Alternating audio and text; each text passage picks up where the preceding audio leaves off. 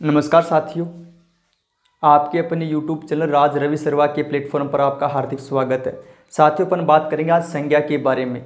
इससे पहले अपने वर्णमाला से संबंधित बातें कर ली थी। अब आज नया टॉपिक शुरू करेंगे, संज्ञा। अब देखो, संज्ञा शब्द के पास पहुंचने से पहले हम बात कर लेते हैं कि संज्ञा शब्द की उत्पत्ति कहाँ से हुई और ये किस प्रकार कौन सा शब्द मानते हैं। तो साथियों, प्रयोग के आधार पर शब्दों को दो भागों में बांटा है।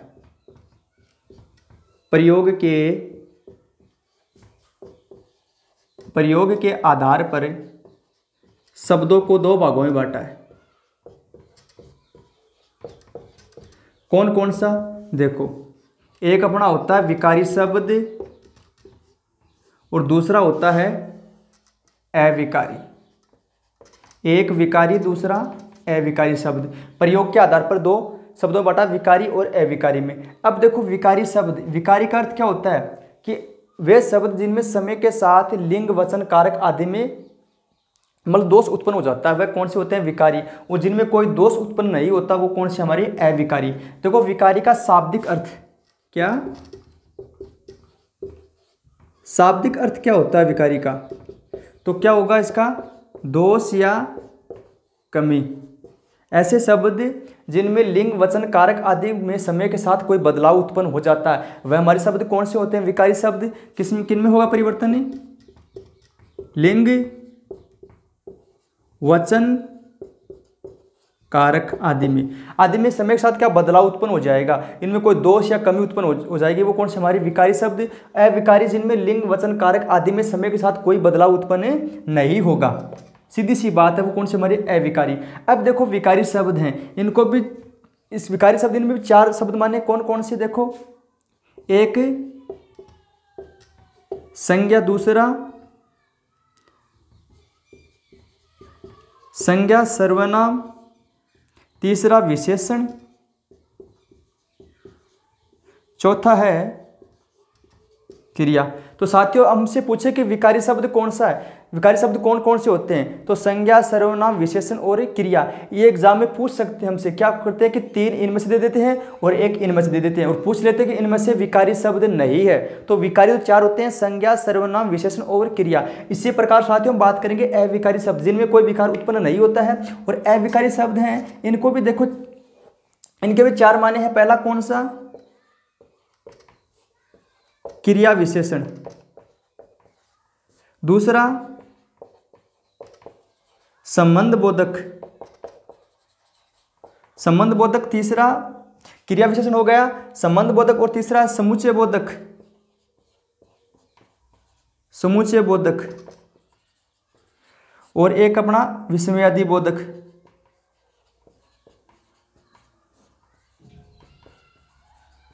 तो साथियों, इस प्रकार विकारी और अविकारी शब्दों का विभाजन किया गया है। तो विकारी में भी चार, संज्ञा, सर्वनाम, विशेषण और क्रिया।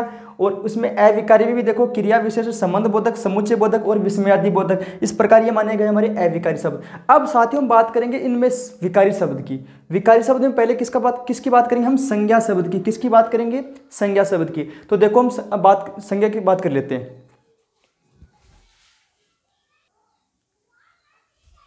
अब देखो साथियों, संज्ञा ये विकारी शब्द है।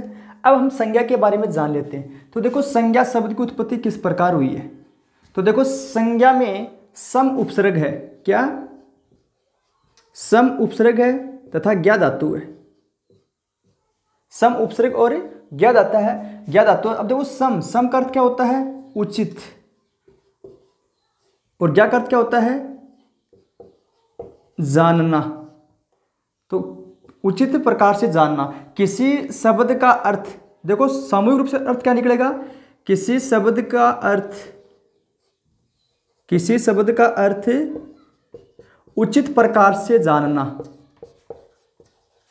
उचित प्रकार से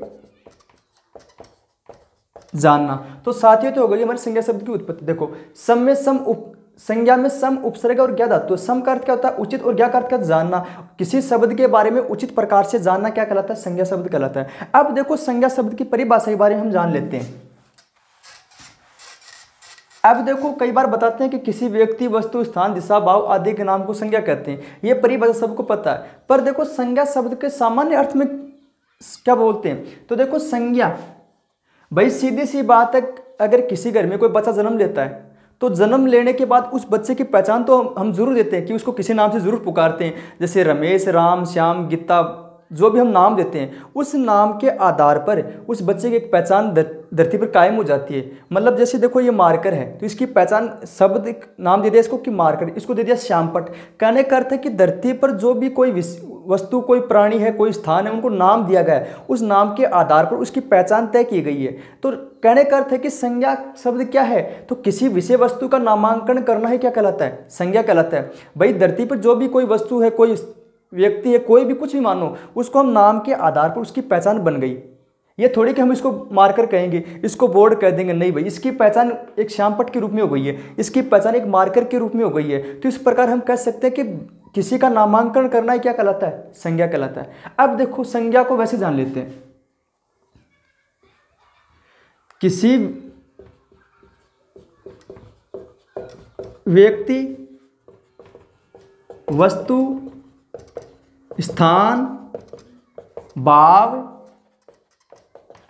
अवस्था आदि के नाम को ही क्या कहते हैं, संज्ञा कहते हैं।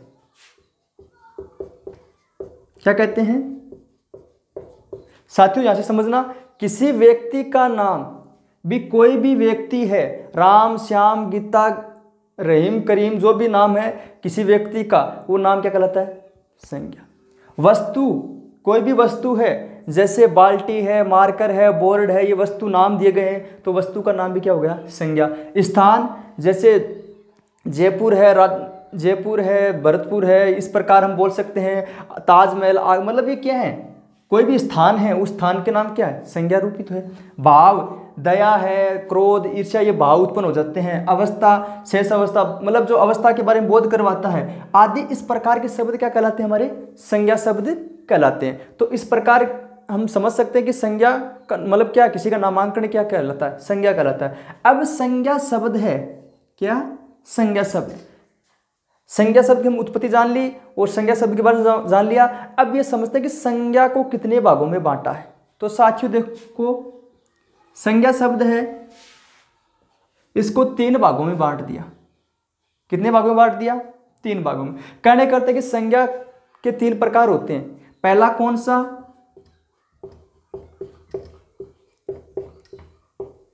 व्यक्तिवाचक संज्ञा।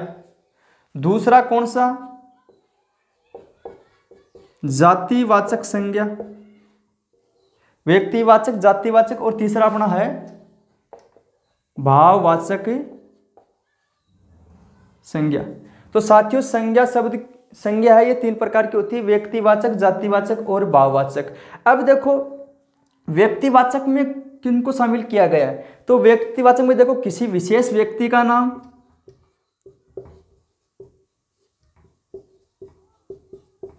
विशेष व्यक्ति का नाम, विशेष वस्तु का नाम,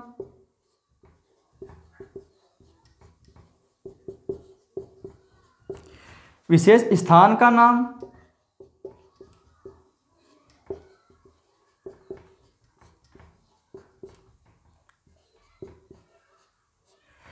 मतलब देखो विशेष रहेगा व्यक्तिवाचक में।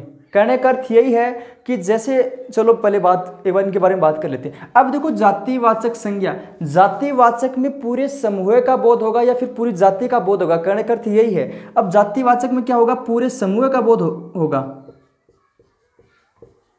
पूरे समूह या जाति का बोध होगा।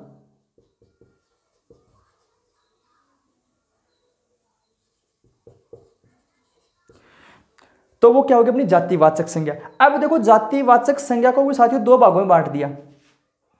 जो जातिवाचक संज्ञा है इसको भी कितने भागों में बांट दिया, 2 भागों में। एक होता है हमारा समूह बोधक समूह, और दूसरा होता है द्रव्यवाचक संज्ञा, समूहवाचक और द्रव्यवाचक। अब साथियों बात कर लेते हैं समूहवाचक और द्रव्यवाचक में। अब देखो समूहवाचक में क्या होता है, इसमें पूरे समूह का बोध होता है। जैसे भीड़ है, ये पूरे समूह का बोध करवाएगी। सेना है, पूरे समूह का बोध करवा रही है। मतलब ऐसे शब्द जो किसी समूह का बोध करवाते हैं वो जातिवाचक में आएंगे। पर अगर हमको समूहवाचक दे रखा साथ में तो पहले हम समूहवाचक करेंगे। दूसरा कौन सा जातिवाचक में भेद, द्रव्यवाचक। इसमें क्या होता है कि 3 अवस्थाएं पदार्थ की, ठोस, द्रव्य, गैस। इसमें पदार्थ की तीनों अवस्थाएं शामिल की गई हैं। पदार्थ की तीनों अवस्था जैसे ठोस, द्रव्य, गैस में सोना है, चांदी है, जैसे तेल है, पानी है, हवा है, ये किस में आती है? द्रव्यवाचक संज्ञा में आती है। तो हवा किस में मानेंगे हम? जातिवाचक संज्ञा में। पर किस में? द्रव्यवाचक में मानने के चलेंगे। तो पदार्थ की तीनों अवस्थाओं का बोध किस में होता है? जातिवाचक में होता है। पर किस में? द्रव्यवाचक में। तो समूह में तो पूरे समूह का बोध होगा, और द्रव्यवाचक में पदार्थ की तीनों अवस्थाओं का बोध होगा, वो हमारी होगी जातिवाचक संज्ञा। अब साथियों हम बात कर लेते हैं भाववाचक संज्ञा। किसकी? भाववाचक संज्ञा। भाववाचक में किसी भाव अवस्था का बोध होगा, भाव दशा या अवस्था का बोध होगा।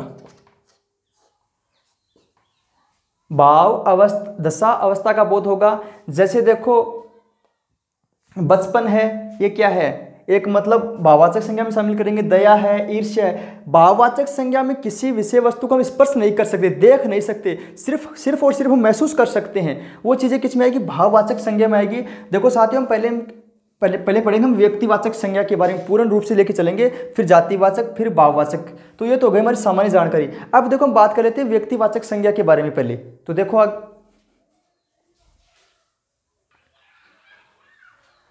अब देखो साथियों हम संज्ञा में पहले पढ़ लेते हैं व्यक्तिवाचक संज्ञा के बारे में। तो बिल्कुल आराम से समझना कि व्यक्तिवाचक संज्ञा क्या होती है। तो वह संज्ञा शब्द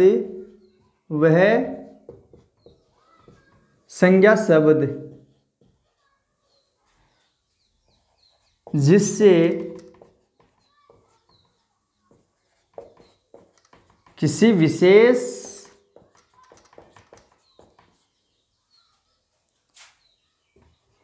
विशेष व्यक्ति, विशेष वस्तु, विशेष स्थान आदि का बोध होता है,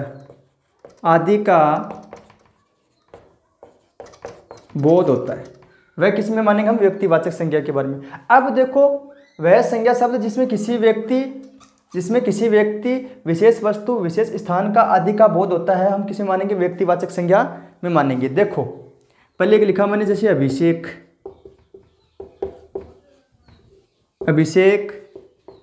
राम, सीता, गीता, घनश्याम, नितेश आदि क्या है? ये सारे क्या है? व्यक्तिवाचक संज्ञा, मतलब किसी का नाम ही ले रहे हैं हम। तो किसी का नाम ही लेना ये क्या है? व्यक्तिवाचक संज्ञा में आता है। तो चलो आगे बात कर लेते हैं विशेष वस्तु। जैसे लिखा पंखा, ये पंखा वही क्या है? जातिवाचक संज्ञा। पर किसी विशेष का नाम लेते, जैसे बजाज का पंखा, बजाज पंखा। कहने करता है पंखा जातिवाचक में जाता है, पर हम पंखे की बात तो कर रहे हैं, पर किस कंपनी के पंखे की बात करें? किसी विशेष बजाज के पंखे की। जैसे लिखा रीटा मशीन, क्या लिखा? रीटा मशीन। अब मशीन तो साथियों के जातिवाचक में है, पर हम किस मशीन की बात कर रहे हैं? इससे पहले देखो हम रीटा मशीन के बारे में, किसी विशेष के बारे में बात कर रहे हैं। कहने करते हैं व्यक्तिवाचक में किसी विशेष का बोध होगा। जैसे लिखा पर्वत लिखा मैंने, देखो साथियों क्या लिखा? चलो देखो एक बार पहले देख लेते हैं रीटा मशीन। और देखो मतलब किसी भी विशेष का नाम किस में आएगा? व्यक्तिवाचक संज्ञा में आएगा। देखो विशेष स्थान। देखो विशेष स्थान के बारे में लिखा, जैसे जयपुर, क्या लिखा? जयपुर, जोधपुर, आगरा, ताजमहल। मतलब कहने का था जिसकी पहचान किसी विशेष के रूप में होती है। भाई ताजमहल अपने दिमाग में आ गई, समझ में आ गया कि ताजमहल तो एक ही भाई देखने लायक। कहने का अर्थ ये तो ताजमहल है, आगरा है, ये चीजें क्या है?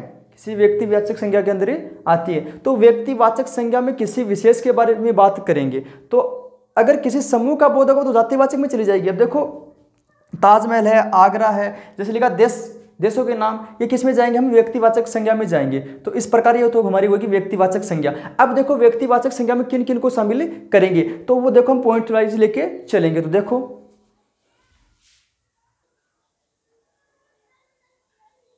अब देखो साथियों संज्ञा में, व्यक्तिवाचक संज्ञा में किन किन को शामिल किया गया है। तो साथियों पहला पॉइंट अपना क्या, व्यक्तियों के नाम। जो भी कोई व्यक्ति किसी का नाम है वो किस में आएगा, व्यक्तिवाचक संज्ञा में आएगा। किस में आएगा, व्यक्तिवाचक में। इसकी बातें मैंने पहले कर ली, जैसे राम श्याम गीता जो भी है व्यक्तिवाचक संज्ञा में आ जाएगा। दूसरा देखो, नदी पहाड़ देश आदि के नाम। नदी पहाड़ देश आदि के नाम, जैसे लिखा मैंने पर्वत, क्या लिखा, पर्वत। भारत में भारत में बहुत सारे पर्वत हैं। कहने का अर्थ है कि बहुत सारे पर्वत हैं, तब क्या है, जातिवाचक संख्या, क्योंकि बहुत किसी विशेष पर्वत की बात नहीं की। हमने कहा कि भारत में बहुत सारे पर्वत हैं, पर देखो हमने लिखा हिमालय पर्वत, क्या लिखा, हिमालय। तब किसी विशेष की बात कर दी तो किस में जाएगा, ये व्यक्तिवाचक संज्ञा में जाएगा। तो नदी है, नदी भी बहुत सारी हैं, तो नदी वैसे जातिवाचक संज्ञा में। जैसे लिख दिया गंगा नदी, किसी विशेष का नाम ले दिया, क्या ले दिया, गंगा नदी। अब नदी की बात कर रहे हैं, पर साथियों किसकी, गंगा नदी की, तो कौन सी संज्ञा हो गई, हमारी व्यक्तिवाचक संज्ञा हो गई। या देखो फिर देखो, देश, भाई विश्व में बहुत सारे देश हैं, पर जिस देश का नाम आ जाए तो वहां पर हम क्या मानेंगे, व्यक्तिवाचक संज्ञा मानेंगे। तो नदी है, पहाड़ है, देश है, ये तो जातिवाचक संज्ञा में जाते हैं, पर इनका नाम ले दिया जाए, किसी देश से जाति, किसी देश है, किसी पहाड़ है, किसी नदी आदि का नाम ले दिया जाए, वो किस में जाएगा, व्यक्तिवाचक संज्ञा के अंदर जाएगा। अब देखो, दिन है, महीना, वर्ष है, दिन सोमवार मंगलवार बुधवार, ये जो भी 7 दिन हमारी, वो दिन किस में जाएंगे, व्यक्तिवाचक संज्ञा में जाएंगे। जैसे सोमवार मंगलवार किस में, व्यक्तिवाचक में। महीना जनवरी फरवरी चैत्र बैसाख जेठ आषाढ़ साढ़, ये सारे किस में जाएंगे, व्यक्तिवाचक संज्ञा के अंतर्गत जाएंगे। वर्ष है तो वर्ष क्या है, ये 1991 मतलब 20 दशक, इस प्रकार जो वर्ष के नाम दे रहे वो किस में जाएंगे, व्यक्तिवाचक संज्ञा के अंदर जाएंगे। अब देखो साथियों, हम बात कर लेते आगे, नेक्स्ट त्योहार। जो भी हमारे त्योहार हैं, जैसे दीपावली है, होली है, ईद बकरीद, ये सारे किस में जाएंगे, व्यक्तिवाचक की संज्ञा के अंतर्गत आएंगे, क्योंकि हम त्योहार की बात कर रहे हैं। पर किसी विशेष त्योहार की बात कर लें, जैसे होली पर्व आ गया, दीपावली पर्व, मतलब इस पर तो त्योहार की बात कर रहे हैं, वो किस में जाएगा, हमारे व्यक्तिवाचक संज्ञा के अंतर्गत जाएगा। उत्सव आदि क्या है, जैसे स्वतंत्रता दिवस, गणतंत्र दिवस, किस में, व्यक्तिवाचक संज्ञा के अंतर्गत जाएंगे। अब देखो नेक्स्ट साथियों, समाचार पत्र पत्रिका। समाचार पत्र पत्रिका किस में आएंगे, व्यक्तिवाचक संख्या के अंतर्गत आएंगे। कहने का अर्थ है जैसे दैनिक भास्कर है, राजस्थान पत्रिका, हम पत्रिका की बात कर रहे हैं, पर किसकी, राजस्थान पत्रिका की। जैसे पत्रिका की बात करें, दैनिक भास्कर की बात कर रहे हैं। कहने का जैसे पंजाब केसरी, ये पत्रिका है, मतलब हम किसी विशेष की बात करेंगे तो किस में जाएगा, व्यक्तिवाचक संख्या के अंतर्गत जाएगा। अब देखो दिशाओं के नाम, जो भी दिशा है वो दिशा किस में जाएगी, हमारी व्यक्तिवाचक संख्या के अंतर्गत, व्यक्तिवाचक संज्ञा में जाएगी। देखो आग्नेय दिशा है, जैसे उत्तरी पूर्वी दिशा है, उत्तरी दक्षिणी, ये सब किस में है, व्यक्तिवाचक संज्ञा के अंतर्गत हम इसकी बातें करेंगे। अब देखो धार्मिक मान्यताओं के अनुसार त्योहार व पर्व, देखो भैया तो अपने बात पहले कर ली थी यहाँ पे, चलो इस आगे देखो। ऐतिहासिक युद्धों के नाम, ऐतिहासिक युद्धों के नाम, कहने का अर्थ है जो भी युद्ध हुए हैं, जैसे खानवा का युद्ध है, मेवाड़ का युद्ध है, ये युद्ध किस में जाएंगे, व्यक्तिवाचक युद्धों के नाम। किसी विशेष युद्ध का नाम ले दिया जाए, किस में जाएगा, व्यक्तिवाचक। जैसे लिखा खानवा का युद्ध, खानवा का युद्ध, पूछ लिया कि खानवा के युद्ध में कौन सी संज्ञा है, तो किस में मानेंगे हम, व्यक्तिवाचक से। जैसे लिखा मेवाड़ का युद्ध, मेवाड़ का युद्ध किस में जाएगी, ये व्यक्तिवाचक संज्ञा के अंतर्गत जाएगी। तो किसी ऐतिहासिक युद्धों की बात करेंगे तो किस में मानेंगे हम, व्यक्तिवाचक संज्ञा के अंतर्गत मानेंगे। अब देखो साथियों, ग्रह नक्षत्रों के नाम, ग्रह नक्षत्रों के नाम, जैसे अपने ग्रह हैं वो देखो बुध मंगल बृहस्पति शनि, तो पृथ्वी, ये क्या है, ये ग्रह हैं। यदि किसी ग्रह का नाम दे दिया जाए, पूछे कि संज्ञा कौन सी है, तो कौन सी मानेंगे साथियों, व्यक्तिवाचक संज्ञा मानेंगे। क्या मानेंगे, व्यक्तिवाचक संज्ञा मानेंगे। ऋतुओं के नाम, क्या, ऋतुओं के नाम, ऋतु है, सर्दी है, क्या, सर्दी, गर्मी, बसंत ऋतु, हेमंत ऋतु, हेमंत ऋतु, ये किस में मानेंगे, हम व्यक्तिवाचक संज्ञा के अंदर मानेंगे। तो साथियों देखो, ऋतु के नाम, ग्रह नक्षत्रों के नाम, ऐतिहासिक युद्धों के नाम, ये सारी चीजें किस में आएंगी, व्यक्तिवाचक संज्ञा के अंतर्गत आएगी। देखो आगे,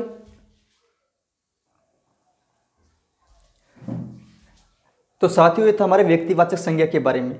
अब जो नेक्स्ट वीडियो रहेगी उसमें हम पढ़ेंगे जातिवाचक संज्ञा के बारे में, फिर उसके बाद भाववाचक संज्ञा के बारे में बात कर लेंगे, और फिर उनकी कुछ महत्वपूर्ण प्रश्न उत्तरी लेके आएंगे। तो साथियों उम्मीद करता हूँ संज्ञा में, व्यक्तिवाचक संज्ञा के बारे में यहाँ पर समझने में कोई दिक्कत नहीं होगी, और उम्मीद करता हूँ कि समझ में आ गया होगा।